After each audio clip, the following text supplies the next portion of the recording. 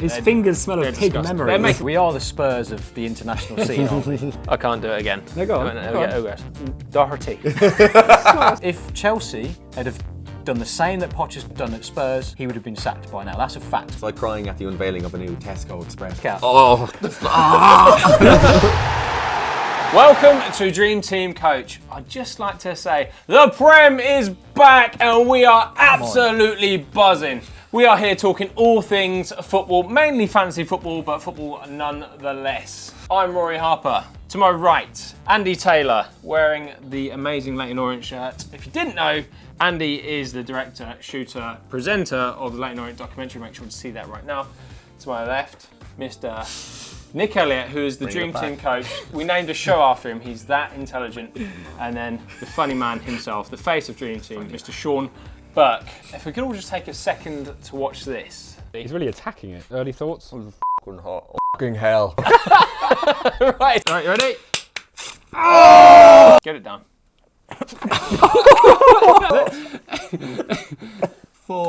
Just seen 5, 6. What's the texture like? The texture's horrible. As always, there'll be a forfeit at the end of this week's show based on who scored the least amount of points in last weekend's Dream Team Weekender.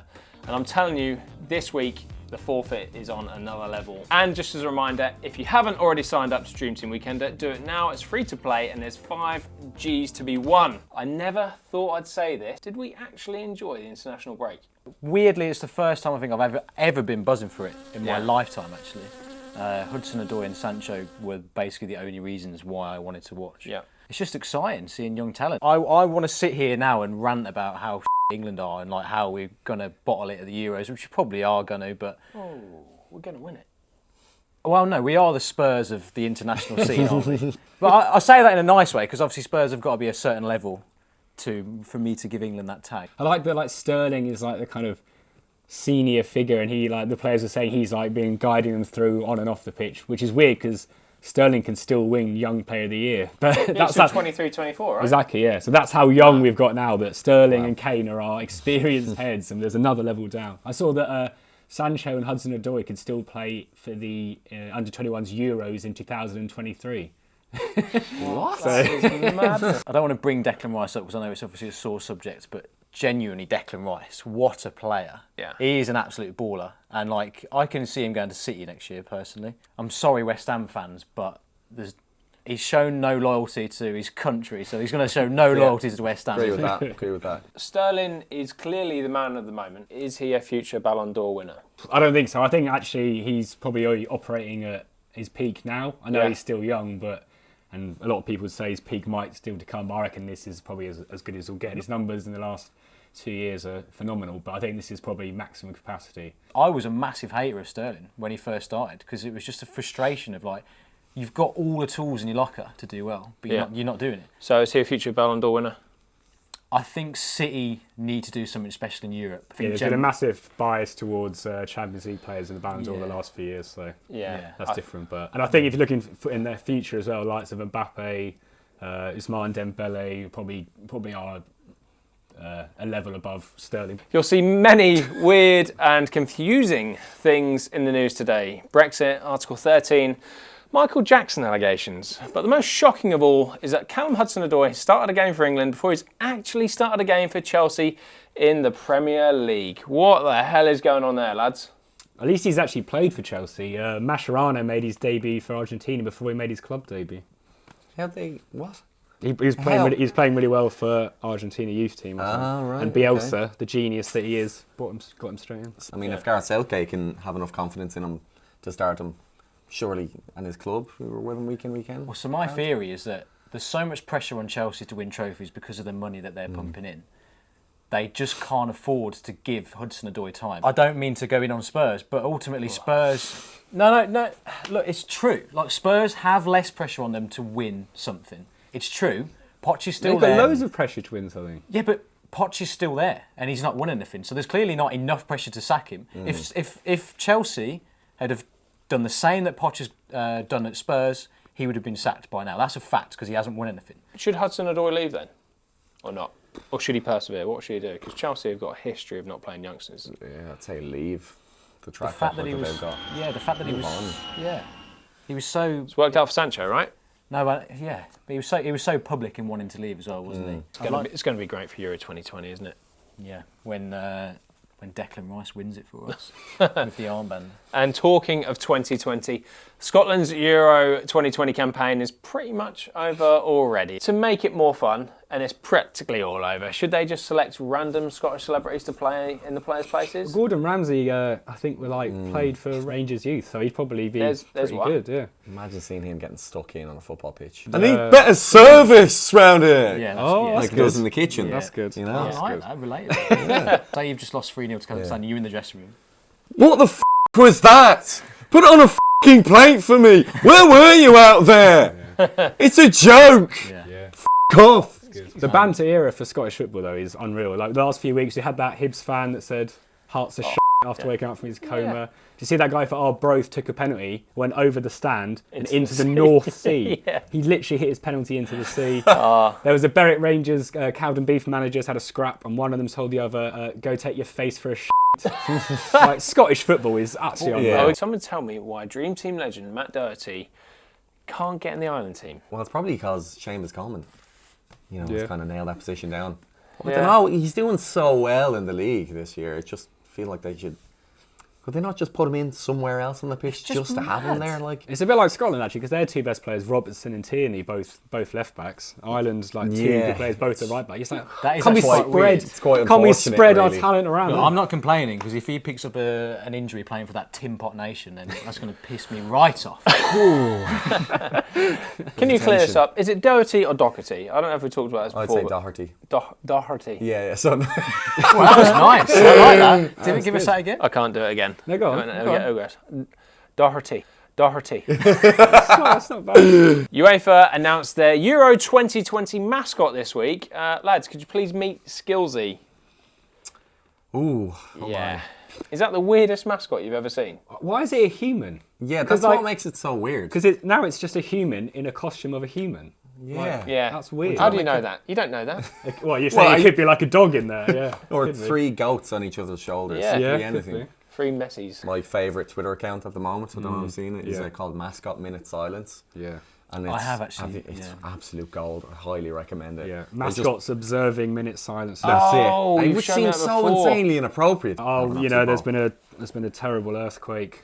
Loads of people lost their lives, but so we have a minute silence, and then a big shark with a huge smile just bows his head slightly, and it's there you go, look at that. That's a respectful, solemn. That shark cares. Well, Harry the Hornet. Yeah. He once called me out. Bonkers. In another video that we did, you're like, what mascot would you like to punch? And I said him. And then just so happened that I met him at Wembley, and he was like, you said you wanted to punch me, and I was like, oh, That's brilliant. Am I I want to see that fight. Am I going to get into a fight with a big hornet here? That's the next YouTube fight. It's Nick Elliott, yeah. the Hornet from Watford. Forget Logan Paul Carside. Spurs under-18s christened the new White Hart Lane last weekend in front of 29,000 fans. It's fair to say a few of them were quite excited.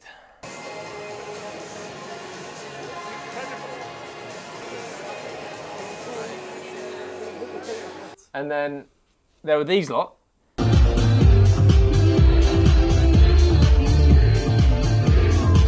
They're just glorious, aren't they? They just give you so much ammunition. Every single week there's something new about them. Look, is that heartwarming or is it embarrassing? So I'd say that's a bit embarrassing. And generally, like, come on, that is so wet. Like, you're celebrating a building. I can understand maybe crying at the demolition of the old stadium, but this is a new building that has literally no history attached to it whatsoever. It's like crying at the unveiling of a new Tesco Express at the bottom of your street. You know, You did get a bit emotional with that. I did. was. To be fair, it's open 24 hours. You know. Well, as with any theatre, you need a dress rehearsal, right? And they're just rehearsing for their next loss, aren't they? That's all it is. Just practicing those tears. Just keep them coming, guys. Yeah, it's a great stadium, but instantly it's gone down in my estimations. That should be stadium bands though, shouldn't it? Imagine a world where David Beckham signs Cristiano Ronaldo and Lionel Messi for his new Inter Miami team. I want to see you. I bet you've got a good theory on this, don't you, Nick? About Well- how they can't play together or they can play I together. think they play very well together, mate. Do you reckon? Two world-class players, yeah. I think Ronaldo they're- through the middle, Messi on Do the you think right. their egos would get the better of each other though? Like they both want the ball all the time. No, Messi's a very selfless player, mate. Is he? The other one isn't. Messi is. Ronaldo would have pens, definitely, because Messi doesn't even take all of Barcelona's pens. He quite often gives them to Oh, he's such a Suarez. nice bloke, Gives isn't them he, to Suarez Messi? Do you reckon they like each other? I think there's a little bit of like, I bet there is. I'll smile at you, but I think... I think there's a mutual respect there. Like when you see them at the Ballon d'Or ceremonies, they seem to get on all right. And Ronaldo's kid is a big Messi fan, so I think there was that in that Ronaldo film. He's sort of like he's quite nice with him and like has a little photo and a little cuddle and stuff like that. Nothing weird. Nothing weird. Doesn't that just go to prove that though? Like no matter what your parents do, you will find them uncool. Like his dad is Cristiano Ronaldo, and he still wants a Lionel Messi T-shirt. You know. I remember that story about Jonathan Greening when he played for West Brom, and apparently like his kids in school were like getting bullied because your dad's so rubbish. He plays for West Brom. He's rubbish. It's like, And he completely agrees with all of this. well, yeah, that was me. Right, now time to review your comments, and I think I might have hit a nerve of a few of you last week when I said this. I hate Peterborough United though because all their fans sniff bicycle seats. So Barney Stratton wrote, just jealous because Pish beat Cambridge 2-0 last time we played them. Yeah, Barney, I'm a little bit upset about that. Then a confused Bob Horn said, bicycle seeds? Posh, question mark. What's a bicycle seed? Does he think bicycles grow in the ground or something? I don't. They might do it in Peterborough, haven't they? I definitely said Peterborough fans, just listen, Peterborough fans sniff bicycle seats. So Just want to you're doubling down on that assumption. I just want to make sure completely understood what I said there. And also, Andy, we didn't want you to feel left out, so we've included this comment from C_Fricker, who writes, sakes, we need to keep Sean in and get Andy out and get Tej back. Tej? That's an interesting one. Has never actually been on the show, but they'd prefer him to you. How does that make you feel? Wow. That's fine. That's quite something. That's fine. Look, if people don't like home truths, then don't watch this show, basically. On Monday, we asked our handsome panel to create a football-related meme. We then posted them on the Dream Team Insta account. The meme with the most likes is the winner. We're going to have a look at those now. I'm guessing it's Sean's because it says on the script. What are we saying here, mate? Yeah, this week I started with a photo and worked backwards instead of having an actual joke in mind. Why did you have that, mate? There is a common trend on with the internet. all your photos without the text on them are quite weird. Take that text off and you're getting memed up yourself, and it's going to be those guys walking through the door like bringing out hard drives from your house. Get him. Elliot, you're up next. What I've done is a portrait. You're multi-layered these days, aren't you? We can all agree that playing, the difference for Robertson, playing for Liverpool and playing for Scotland is chalk and cheese. Isn't it? Yeah. And last but not least, Mr. Andy Taylor, who has provided this little gem, very topical and timely. It's just Route 1, isn't it? Excellent Do you know what? photo. It's a great. The source photo is excellent. It's fun. Is that Really real? is excellent. Is that like Yeah, a real it's photo real, yeah. or something Photoshop? It's basically me just getting absolutely stuck into this weekend football. That's how I feel. I just want to get head first straight into it. Yeah. Okay, let's reveal who had the most likes. Andy Taylor, 3rd place. What on earth? How has that happened? In 2nd place this week, I told you there's a lot of pressure on it. It's actually Sean. It's Sean is in 2nd place. So that means Nick breaks out the bloody celebration again. I think that's fair. In 1st place. Yeah. So we are getting to the business end of the fantasy football season. It's probably worth listening to what the Dream Team coach has got to say. Well, strike partnerships are dead. Long live strike partnerships. We've seen the benefit of Wolves' front two in recent weeks, but how about Newcastle? Solomon Rondon and Ayoze Perez have 6 goals between them in Newcastle's last 5 games. If you back them to keep going from now until the end of the season, maybe Rondon's a good shout to sneaking through the back door in your mini-league. He's 4 million at the moment, very reasonable, and so far his talismanic performances have taken Newcastle out the relegation scrap and into the mid-table shuffle. Right, so we're going to look forward to the weekend now. Enormous game for Liverpool this weekend as they host the Tottenham Hotspur. If Liverpool drop points, is that the title race over? Probably is, isn't it? I mean, City have got Fulham. They Yeah. could get 7 or 8 there, so if Liverpool drop points against Spurs, that will be a big swing. Yeah. Do you know if Spurs don't win, they're on for the double bottle this year. So not only are they going to bottle winning the league, they're going to bottle top 4 as well. Because I think if they lose and like all the other teams below them win, they're 1 point off 6th. And Surely Spurs have done the quadruple though, no? what, the quadruple bottle? Yeah. Yeah. They're on for a special season, aren't they? Yeah.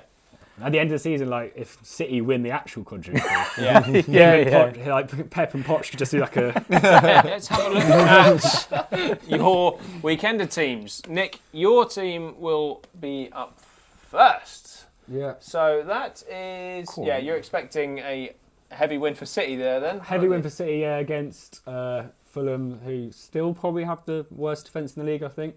And I'm going for Batshuayi. He had a good international break with Belgium. So I'm backing him to score. So Andy, your team's up next. Talk us through that. So do you know what? I would have gone Sterling like yourself, but I just considered the fatigue of 2 big games for England.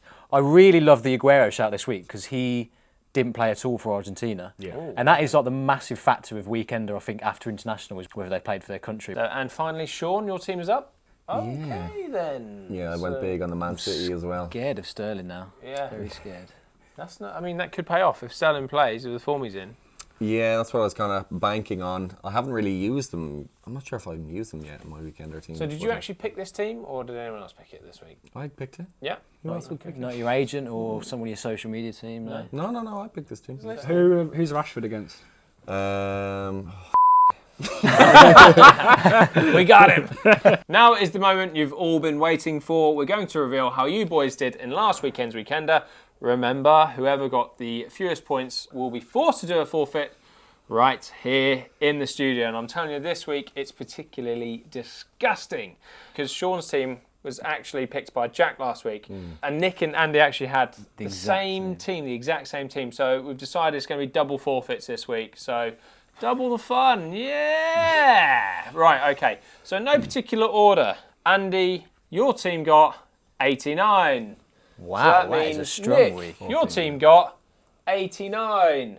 Okay, that means that Sean and Jack have to beat 89 points to avoid doing this week's forfeit. You feeling confident? No.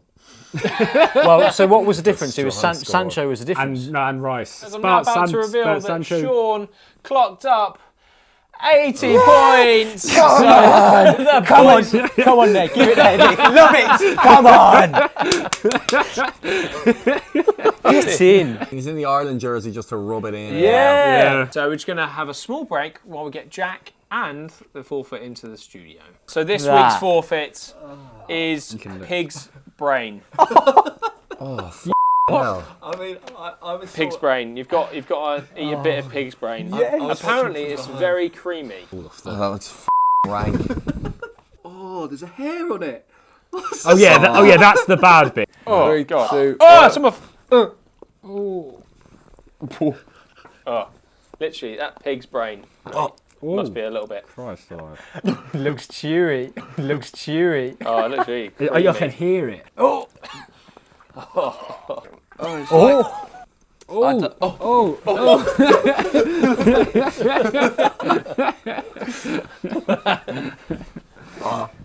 Christ alive. There's still another bit to go, gents. Fingers, excuse the fingers. Someone give Sean some water, please. Go on, tell He's him. just thinking protein. Look at Yeah. him. He's thinking pre-gym workout. Please! That is rank. has anyone got toothbrush? Oh, you going out tonight as well? Oh yeah. Imagine if you got a date tonight. Hot date. Jack's got a date tonight. What was he like? He's a really nice guy, but his breath did smell a little bit like brains. Yeah, pig brains, yeah. That is the end of this week's show. Please make sure to keep commenting. We love your comments. We want to hear all your questions for our panel to answer and what you want to know about Weekender itself. Don't forget to add your forfeit suggestions as well, because we just need more. His fingers smell They're of pig disgusting. memories. They're making me feel sick, right? And if you haven't already signed up for Dream Team Weekender, do it right now. $5 grand up for grabs. Right. Thank you I hope very your much. date goes See you later.